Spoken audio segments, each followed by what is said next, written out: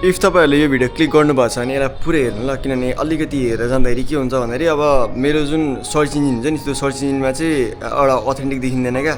So कसैले मेरो video हेऱ्यो, मेरो सब्सक्राइबर छ भने पनि त्यो सब्सक्राइबरले चाहिँ एटलिस्ट 1 देखि 2 मिनटसम्म हेरिदियो भने पनि त्यो ड्युरेसन काउन्ट हुन्छ क्या।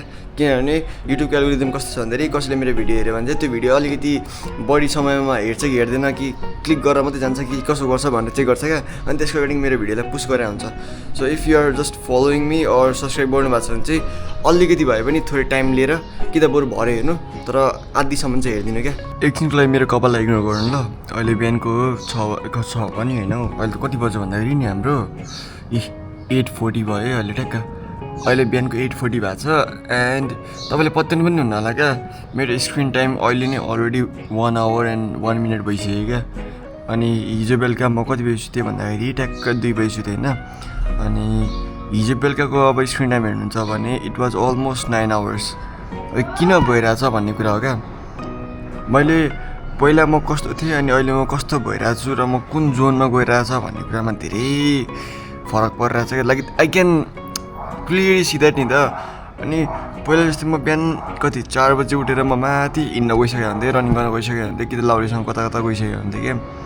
त्यस्तो अरूसँग यताउता घुमेर बस्ने त्यस्तो डुल्दिने चाहिँ गर्दैन थिएँ। तर पनि अब अहिलेको प्रेजेन्ट सिचुएसन हेर्दाखेरि चाहिँ अलिकति म कति चाहिँ धेरै नै नेगेटिभ जोनमा गइरहेको छु जस्तो भइरहेछ क्या मलाई।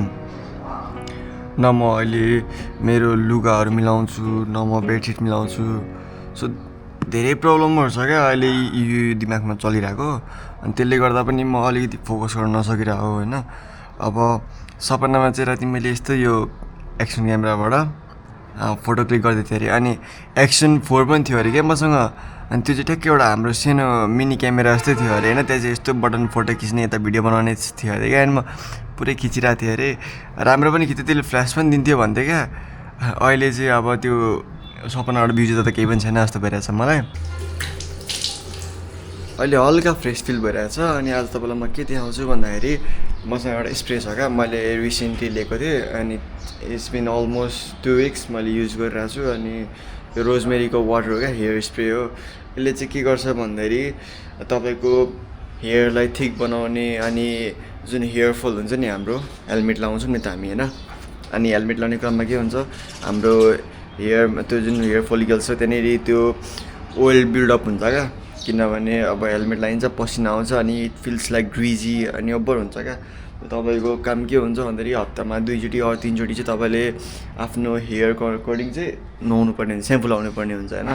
अब यसले चाहिँ के गरिरहेछ भन्दाखेरि मेरो चाहिँ यो टाउकोको जरा छ नि, यो रातो हुने कि लिटरली यो पार्ट रातो हुन्थ्यो, यता यहाँ रातो हुन्थ्यो होइन। अनि अब यो कपाल चाहिँ किन यसरी बाँधेको भन्नुहुन्छ ल, राति सुत्दाखेरि त्यो धेरै तानिन्छ क्या। अनि हल्का लुज पारेर मैले यसरी बाँधेर राखेँ भने अनि सजिलो पनि लाग्छ, राति यताउता त्यो धेरै तानिँदैन पनि। धेरै म डिफ्रेन्ट एउटा कपडा युज गर्छु क्या, लाइक एउटा यस्तै सफ्टवाला क्लोथ हुन्छ यो यो यो युज गर्छु। अब सबैको आफ्नो प्रब्लम हुन्छ नि त। मेरो चाहिँ अलिकति कपाल स्ट्रेट र पातला खालको छ नि त, त्यस्तो धेरै पातला पनि होइन। तर अब त्यो खोइ किन मेरो चाहिँ यहाँ ओभर रातो हुन्थ्यो नि। यो स्प्रे लाएर मैले मसाज गर्नु पर्थ्यो क्या। अहिले ढाँट्याएन मलाई त्यो काइयोले यसो गर्दा पनि दुख्दैन क्या। न त त्यो कपाल काट्नु जाँदैन नि म त्यो काइयो चलाउँदिनँ क्या, किन मलाई यस्तो पेन हुन्छ भन्थेँ। अहिले त्यो पेन भएको छैन। अनि I am feeling so much better. अब यसको काम वाला कपाल रोक्ने, तर यसले यो मसाज गर्दाखेरि मेरो धेरै नै हेल्प भएको छ स्काल्पमा पनि। अनि अहिले त्यो रातोवाला पनि टेक्स्चर छैन क्या मेरो त्यो जरामा। बिहान उठ्ने बित्तिकै यो भिडियो मैले किन बनाइरहेको छु भन्नुहुन्छ होला, तर it's like a promise to myself. अनि यो अबको 1 हप्तासम्म चाहिँ म यसरी स्क्रिन टाइमलाई चाहिँ एकदम कन्ट्रोल गर्छु, सक्दो कन्ट्रोल गर्छु। अनि हरेक दिन बरु 2टै भिडियो हालौँला होइन। एउटा भिडियो भनेको हाम्रो नर्मल भ्लग भइहाल्यो, अर्कोमा हल्का एडिट गरेर ट्राई गर्छु। किनभने मैले अब यो 20,000 प्लसको यो उयो लिएको छु क्या सब्सक्रिप्सन। सो सब्सक्रिप्सन लिइसकेपछि त्यसलाई युज पनि त गर्नु पऱ्यो नि त। अब यहाँनिर मैले हिजो राति फोटो एडिट गर्न खोजेँ। अहिले कस्तो हुन्छ भन्दाखेरि हाम्रो जुन यो एज र जेनेरेसन छ नि, यो जेनेरेसनमा हामीले अहिले कुदिनौँ, अहिले हामीले आफूलाई बेस्ट बनाउन खोजेनौँ, त्योपट्टि लागिनौँ भने नि धेरै पछाडि जान्छौँ क्या। अहिले मलाई मेन प्रब्लम के छ थाहा छ, पैसा छैन क्या।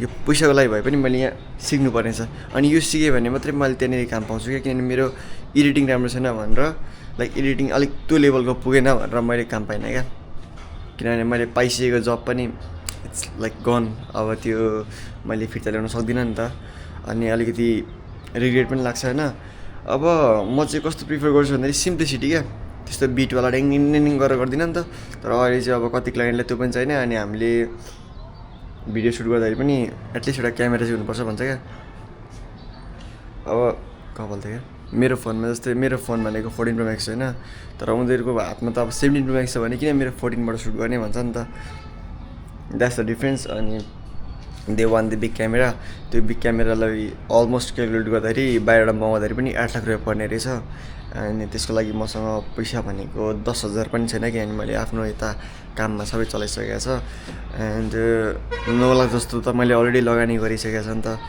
अब त्यो लगानी गरेको पैसा पनि त उठाउनु पऱ्यो नि त मैले होइन so I am thinking in such a way that सबै कुरा लाइक राम्रो होस् अनि मलाई पनि अलिकति पिसफुल्ली खुसी भएर बस्न पाउन भन्ने एउटा होप छ होइन र एउटा आश बोकेर म पनि अब यहाँ अहिले नै उठेर एउटा भिडियो बनाएर हो अब जोस भन्ने कुरा तपाईँको सिचुएसन हेरिकन आउँछ त्यसरी स्क्रिन टाइममा 9 घन्टा राख्दाखेरि मेरो आँखा यहाँ नै यस्तो कालो हुन्छ दबाई लगाइरहेको छु त्यही पनि अब माइन्डमा के कुरा घुमिरहेको हुन्छ नि त सो एउटा फ्यामिली प्रब्लम हेर के प्रब्लम के हुन्छ नि त सबैले गर्दा त्यो टेन्सन भएर पनि होला धेरै स्क्रिन हेरेर हुन्छ क्या घरि सर्ट्स हेर्छु घरि के हेर्छु घरि त्यो एडिटिङ हेर्छु एडिटिङको एउटा भिडियो मात्रै 2 घन्टाको हुन्छ क्या अनि त्यो एउटा मात्रै कोर्स हो फेरि पुरै सकिँदैन त्यो एउटा कोर्सको एउटा पार्ट हुन्छ अनि त्यसरी मसँग 9वटा कि 10वटा एप छ त्यो 10वटा एपको मैले एक-एकवटा भिडियो हेरेँ भने पनि it will take me around minimum एउटा भिडियोलाई हामीले 5 घन्टा राख्यौँ भने पनि